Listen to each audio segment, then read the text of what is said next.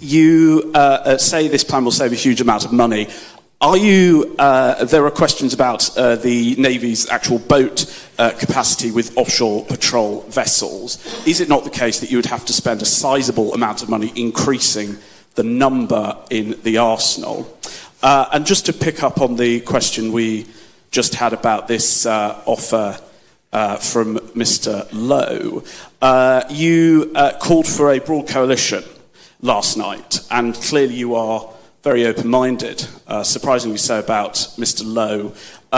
Do you think that broad coalition needs to include the Conservatives? I'm open-minded about talks.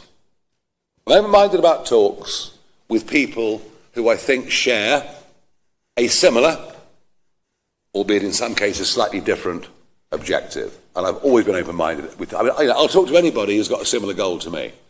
The difficulty with the Conservatives is, how can I believe a word Chris Philp says? How can you tell people in 4 consecutive manifestos you'll reduce illegal migration and deport those that come illegally, and do the opposite? If they've done it for 4 manifestos in a row, why on earth should I or the public believe them on a 5th? That's how I see that right at this moment in time. Okay, I don't think what no one's really got a grip on here is the sheer scale and cost of what happens in the English Channel every single day. I know this subject well. Go to Ramsgate Harbour.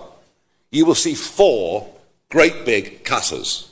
Those cutters are used by Border Force, but of course, we would have Border Force working in conjunction, in many cases, with Royal Marines, soldiers, whatever else made this joint military operation work. So those boats are there, they're fully staffed, they're fully manned, they're available, and it won't cost any more than it's currently costing, frankly, to operate.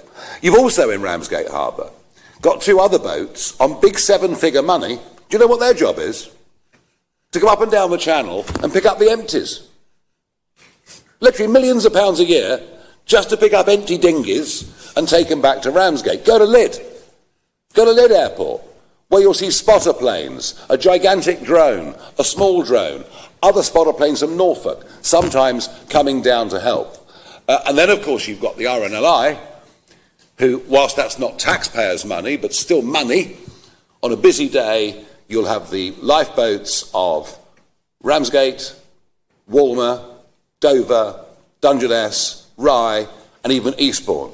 If you literally came out and saw the mass scale of operation, the daily operational cost of hundreds of thousands of pounds a day, you would realise we've actually got the kit already. We've just not chosen to use it to stop people from coming. The only upgrade that would be needed here would be for a couple of naval patrol vessels to be in the Channel, and as I understand it, there are 3 of those currently at sea around the United Kingdom. We are spending all the money on these assets just to act as a taxi service on behalf of illegal criminal gangs, bringing people into Britain. I'm not upping the cost, I'm just saying these people will not be allowed to come. Okay. Raheem Kassam, National Pulse.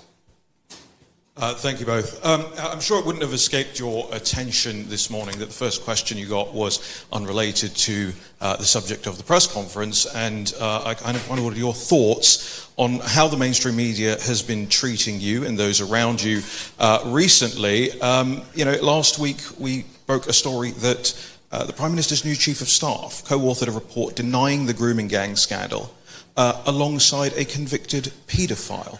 And yet it doesn't get coverage in the mainstream media, but they will go through, every member of your family's addresses and all of that stuff. So what is your thoughts on that? And then secondly, in terms of Rupert Lowe, wouldn't it have been better, rather than him doing a 12-minute video, very well produced, interesting music bed and all of that, to just start by saying to the people that he abused in Reform the words, "I'm sorry"? Well, look, as far as that's concerned, Restore have spent most of their time attacking Reform and attacking Reform individuals endlessly, relentlessly. They haven't until now criticised the Conservatives at all. There was some kind of deal between the two. Don't ask me what it was. I just know that it erupted and blew up last week. So you might see a change of tack on that. There is this myth There is this myth that I fell out with Rupert Lowe. It's not true. Everyone fell out with Rupert Lowe. I mean, and it was the screaming, the shouting, the threatening, the legal writs. Everyone fell out with him, all right? But look, you know, if you have to speak to people or make arrangements with people that you've previously fallen out with, if there is a greater good to be had from that, then I'm not closing my mind to it. Sorry would be nice, but I would have thought unlikely to be forthcoming. Look, I just feel that there's been a one-sided pile-on against reform. I don't think people's family members would be... I don't think Kemi Badenoch's family members or Andy Burnham's family members would be subject to the harassment and increased security risk that mine have been. I've only spoken about a very little part of this. I don't believe it will.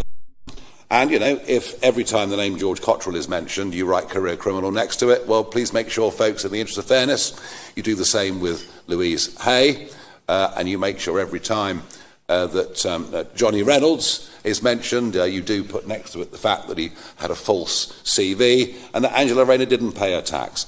I think, you know, without appearing to be whingers, I do think we have come under a level of attack that would not be seen by another party if it was part of the establishment, which we're not. Let's go on to Peter Schnettwanger's Daily Telegraph. Morning, Nigel. You mentioned there earlier in one of the earlier questions that you were open-minded to a deal, and then a conversation with Mr. Lowe. He set out these red lines under which he would do some sort of pact. What are your red lines? I said I'm open-minded to a conversation. A conversation is different to a negotiation. I opened the door to that conversation yesterday, late morning, and at the moment I haven't yet had a reply. We will find out whether he genuinely wants to have talks. If he does, then we'll start to negotiate. But you know, these things, if anything like this was to happen, it would not happen overnight. It would go through a whole series of stages. As I say, whatever's been said in the past, you know, I'm prepared to put that aside and have a conversation. But I'm not going to commit myself to anything more than that right now. And he seems to have given us a shopping list, some of which I have no desire to meet. Interestingly, on policy terms, you know, actually most of the things he talks about are things that I've championed for over a quarter of a century. We'll see. Thank you very much. Michael Knowles from The Express. Thank you, Nigel. Your policy document indicates that the Royal Marines and the Royal Navy will have the potential to use lethal force in self-defence or in defence of others. Would that include a situation where a migrant is trying to sink the dinghy to avoid detention? And just following on from our investigation that was on the front page this morning, should foreign criminals be banned from dispersing accommodation? Thank you. Shall I take the... Yeah. So let me just address the one with regarding to weapons posture and lethal force in this operation. That specific scenario you're talking about, those are going to be left to the operational decisions of commanding officers in our armed forces at a given time. The context of us saying that this military operation will give the Navy the ability to use lethal force, it's a very specific thing. It is where our intelligence agencies have confirmed the presence and have confirmed identification of, for example, an IRGC fighter, whom they have intelligence is on their way to Britain to commit a mass casualty attack, to commit an atrocity. Or, for example, a people smuggling gang member who is potentially killing people on board and throwing them into the sea. Okay? In such a scenario where we have confirmed intelligence, they will have authorization for that, specifically to protect innocent life. That is the only scenario in which it would be, they would use it. The specific scenario you're talking about would be, as I said, down to operational decisions by the military. But as Nigel said, as I have said, this is a humanitarian mission.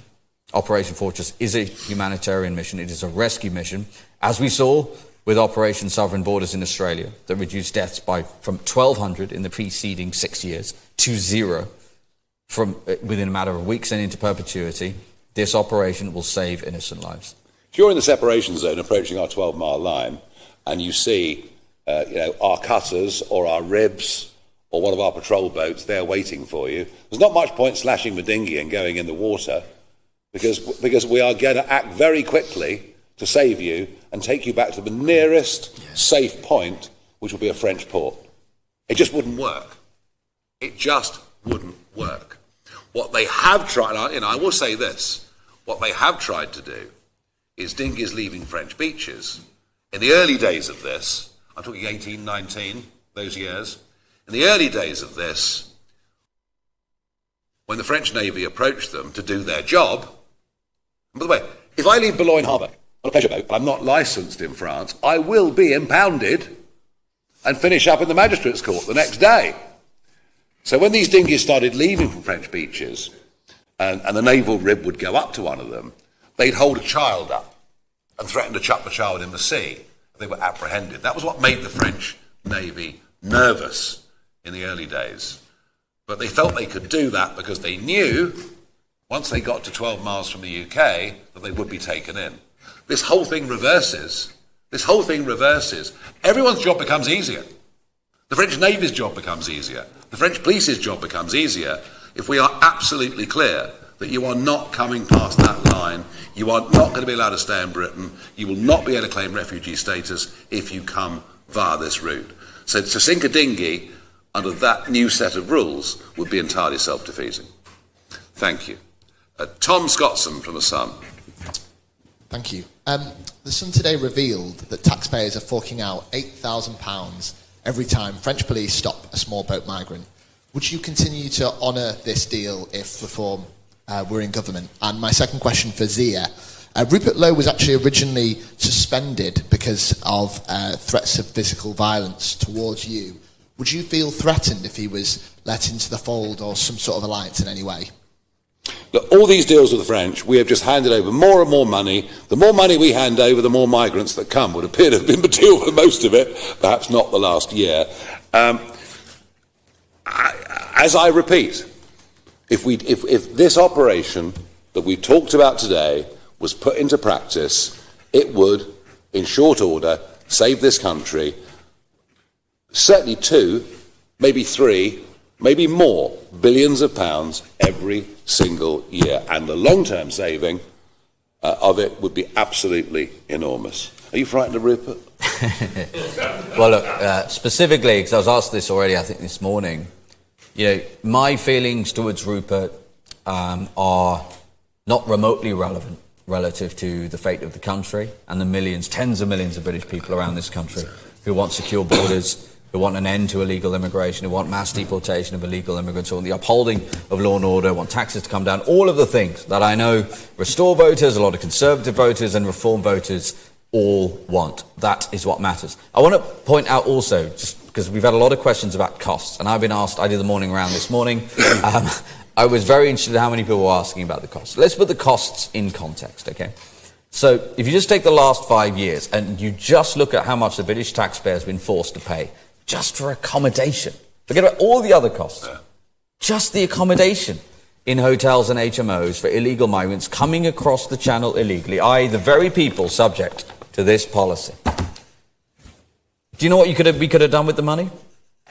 We could have purchased 4 HMS Queen Elizabeth class aircraft carriers. That is our flagship carrier, one of the biggest carriers on the planet. Okay? So not only is it going to save huge amounts of money by stopping the boats, as is obvious and demonstrated by what the Australians did, it is also, by the way, as Nigel said, what is the point of His Majesty's Royal Navy? It is, if it is not there to repel an invasion and defend our borders.